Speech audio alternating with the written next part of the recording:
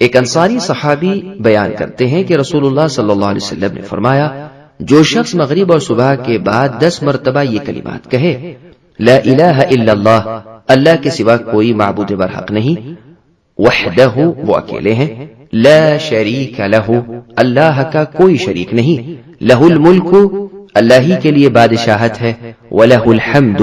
اور سب طرح کی تعریف بھی اللہ ہی کے لیے ہے،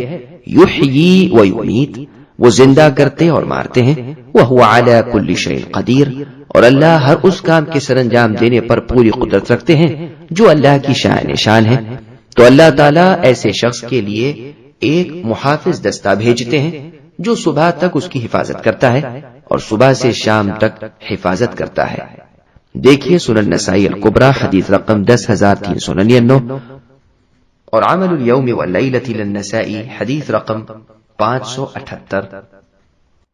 سبسکرائب کیجئے ہمارے چینل اور دبائیے بیل کا آئیکن تاکہ آپ کو ریگولر نوٹیفیکیشن اپڈیٹس مل سکے۔